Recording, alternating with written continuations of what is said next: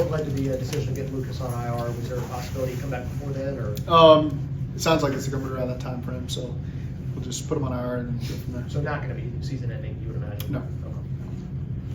You spoke highly of Liam Cohen last year. He now has his shot in Jacksonville. Just your thoughts on what they did in week 1? Yeah, good job. I mean, getting that first win. I mean, sometimes they make you wait till December to get that. So for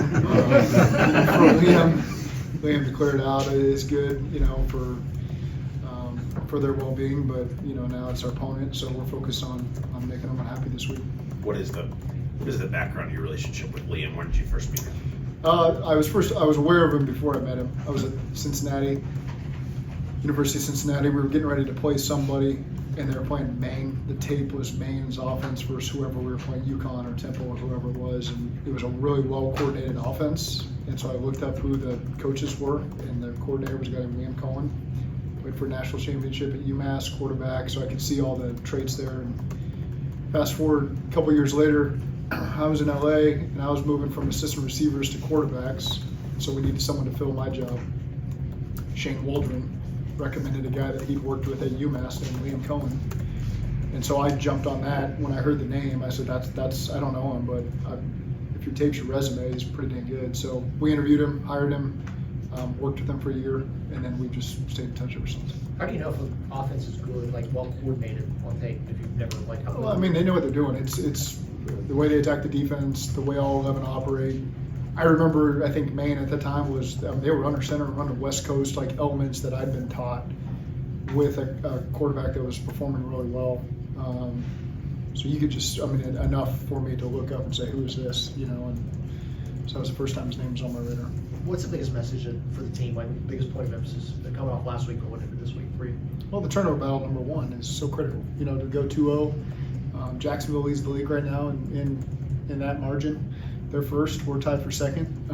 So I think that goes a long way in deciding these early season games, is the discipline aspect of all this stuff. And we're excited to be at home. To be 1-0 and come home, and I know our fans are juiced up, and so I know these guys, that's going to be a big part of this game too, is using the home field advantage to our advantage there. What's Burrow like after a week where maybe the offense isn't as good as y'all want it to be? What's he like in the week leading up to the next game? He's focused on winning, and so I think for all of us to get that first win, knowing how things have gone previously, I'm thankful to get that opportunity, but also self-critical enough for all of us we got to be better in the second half there to be able to put more points on the board to help our team, and so I think none of us run from that. What's it like preparing for Travis Hunter? He's a really good talent. He's didn't play a ton on defense, played mostly on offense. He's got great quickness. I think he's got really top-notch hands in terms of the balls he's able to catch. Not easy to bring down. You can see the breakaway element to him. He almost kind of got away with one in the last game where you can see he's got that element to break it away and make a big play. And you saw that on his tape from Colorado. So a guy with a lot of confidence. You always felt the confidence to be able to play two positions. They'll keep, I'm sure, integrating him however they want to. We talked to Al about Cam on Monday, and he said that Cam was the first guy to come up to him and say he'd like to have some of those things back. Is what you saw from Cam in training camp in terms of the things that you wanted him to get better at, did you see that consistently enough so the things that didn't go right against the Browns, you don't feel like it will spiral? Yeah, I did. Now it's just, you got to prove it. You got to prove that it's going to be consistent during the season, but I thought Cam had a good training camp, and we got a lot of confidence in him. Some of the plays were not his best plays in the game the other day, and so, again, I see better than I hear, so just show us that you're going to improve on that, and I trust that he will. How did you see DJ Turner improve kind of from the first day of training camp to the end, and obviously having confidence in him on Sunday? Always competitive. He had a small setback there for about a week and a half at the end of camp, but now he's back fully healthy and performing well and earning opportunity, and again, goes out there in the field and game and just does what we want him to do. And so proud of him for the way that he responded to that and accumulated more reps for himself and proved that he deserves to be out there. After a bit of a slow start to camp, do you feel like that day where he had 20 pass breakups was kind of big for him to get going? Yeah, that's train. I think now it feels like training camp is just there for the negatives, and it's less about for us internally, it's just building. It's building, and we're going to get exposed scheme-wise. We're going to get exposed personnel-wise. That's part of training camp as you get your feet underneath you. And then the key is just getting ready for the first week of the season. That's our main goal. But it just feels like so much now it's targeted towards all the bad things that are happening, when in reality that's part of the growth process for everybody. So some of those times are matchups. When you match up versus T and Jamar, that's going to be a tough training camp. And so I was really proud of the way that DJ has just competed, and you're getting the best version of him, and that's awesome to see. And I think all of our DBs continue to grow from that, and training camp's good for all of us.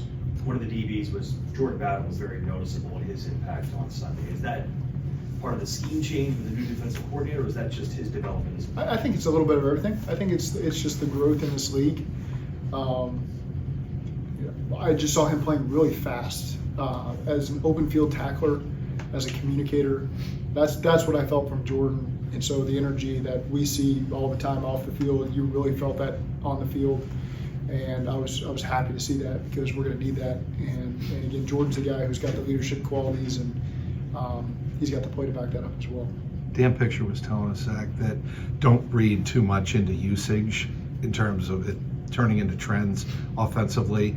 How much do you have to keep that in mind as a head coach, that, I'm just going to focus on what the game plan dictates as opposed to trying to get guys worked in? Well, it's all of it. It's all, every opponent we're going to face is going to be a little bit of a different tweaked plan for us. We have our bread and butters that we're always going to subscribe to, but at the same time, we're going to attack the defense as we think is best to attack it. So that could be different usage for different guys. There is a balance. We have great players. I want them to be involved, and so you're always trying to find ways to make sure they're involved. The ball might not go their way based on the coverage, based on what gets called off the sheet, based on a lot of different things, but you try to have an intent to involve guys as best you can.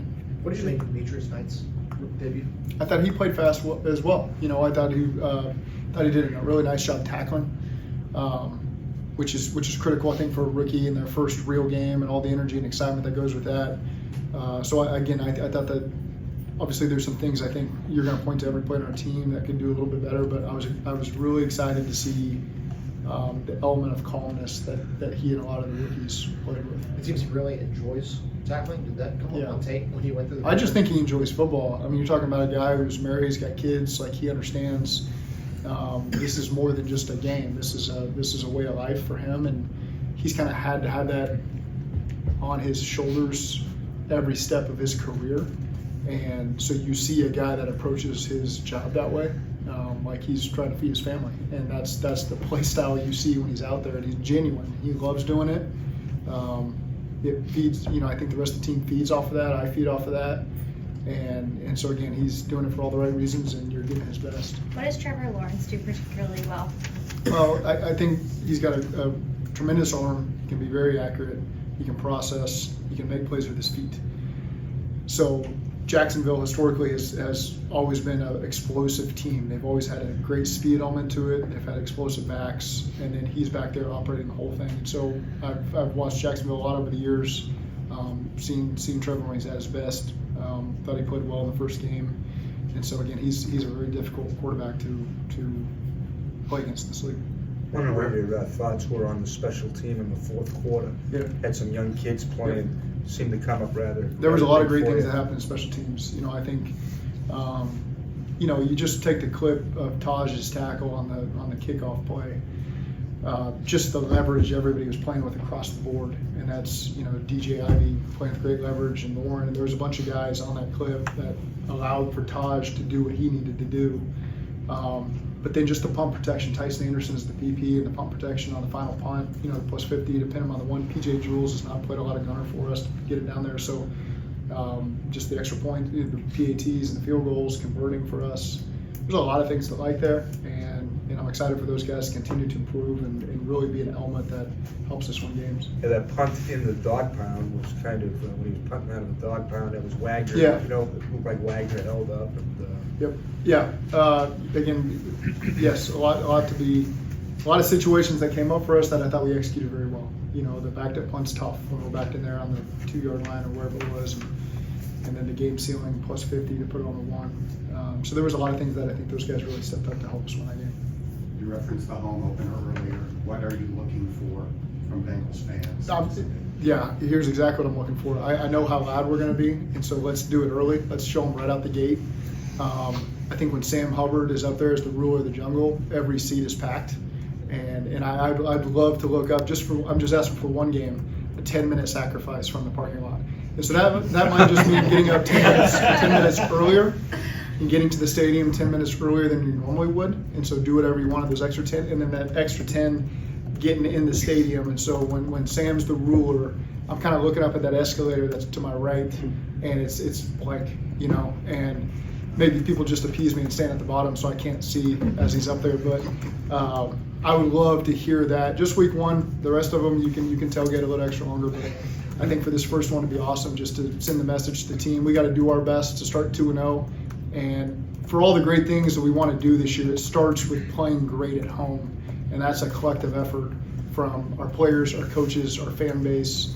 And so I'm excited to set off 2025 the right way at home. And orange, we're oranged out, and the jerseys look great, and our guys will be fired up. Is that something you keep track of during the sideline? Like, What's that? Do you keep track of who's on the escalator for a game? No, that's just my line of sight. As I look at the ruler of the jungle, I can see right above, and I see an escalator. But do you keep track of how loud the atmosphere is, kickoff, like when you get in, like the vibes, like seriously, like is that something that you know? No. Okay. But in this game, I'm going to. So what do you think about One time for me. Usually I'm talking about the first call and hash and all the other things that are the distances and all that kind of stuff. But for this game, for 1 second, I'm going to look up there and see everybody in their seats. What do you think about when you see Sam up there? When you see Sam up there, what do you think? Pretty cool, pretty cool. I knew at some point that would happen, and it happened right out the gate, and so a lot of great memories of him. So I think it's pretty neat to see him up there. How aware? I'll come back to this. Sorry. Talk about what you've seen in terms of progress from Trevor from maybe a couple of years ago now. What is he doing better at this stage of his game? Trevor Lawrence. Yeah. I just think he's always shown capabilities to play at a high level, and so he's a really difficult task for a quarterback. From watching his days in college, playing with T and all those guys, and so again, it's we got to work it out for us with this team. Kind of along those lines, and then as a Killen, she didn't come down from me too. If this game of #1 overall picks, and as an offensive coach who's a play caller as well, when you have a guy that's talented as a quarterback, what's the best thing you can do as a coach to nurture that talent to make sure they maximize their potential at the end of the I have a great team around them. Obviously, and you give them weapons, and they got a lot of weapons.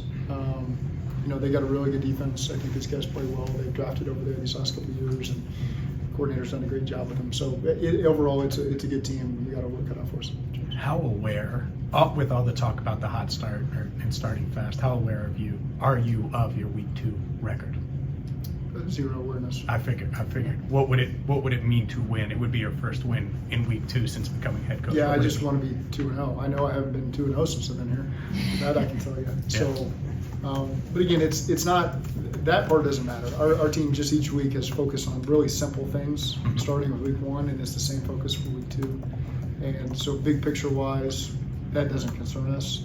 What concerns us is starting out 1-0 at home, and then that puts us the best foot forward to do all the things we want to do in our division and so on. So we just keep it a lot simpler than the things that are probably more fun to talk about. But in our rooms, it's as simple as that. It became a thing at the end of last year to send Joe, Jamar, and T out for the coin toss. He did it again on Sunday in Cleveland. It feels like a small thing, but is it? Is that something you think about, or just going to ride it? I've worn the blue jacket that I have on every road game since we've been winning, so I'm going to keep wearing it. It's got all my kids' names in it, and I'm going to keep sending Joe, Jamar, and T out there until I decide that's not what's best for us. Is there anything else you've done during the streak? Nope, that's it. Those 2 things. Joseph Osai came close to getting to the quarterback a couple times on Sunday. What did you think of his performance? I think that there's a lot of things that we're really going to continue to like about Joseph, and I think the rush inside on the one, the primary one you're talking about, that JB picked the ball off, causing Joe to push up and maybe not put it exactly where we wanted with his accuracy, because Osai was right there. If he didn't hit it, he almost did. And so again, I think that you're going to just continue to see the best from all these D linemen. We got some good depth right now, and so we're going to have fun being able to utilize these guys in a lot of different ways and keep them fresh and out there, and so that they can affect the defense in a lot of different ways. And I love Joseph's energy. That's what you feel from Joseph when he's out there, his energy. You can use him a lot of different ways, and he's open to all that and really eager to make an impact for our defense. To that point, Zach, you brought in 2 more defensive ends yesterday, practice squad. Why is that so important in terms of building depth there? Well, multiple reasons. These are always guys. We don't just bring in people just for the heck of it. We're bringing in people for needs we have, whether it be practice, but these are guys that we had some regard for in the draft. And so for 2 guys to be available that we've liked, we've always been aware of, and so for the opportunity to come in and evaluate them and see how they can help us is exciting. They had a great workout. They're really good people. They fit in the locker room really well. We got people that know them. So we're just excited to get them out there and practice and see if at some point they can help us, as an elevation on the 53, and in the short term help us get great looks in practice, because I know that our scout teams did an excellent job last week in preparing the units that are going to play in the game.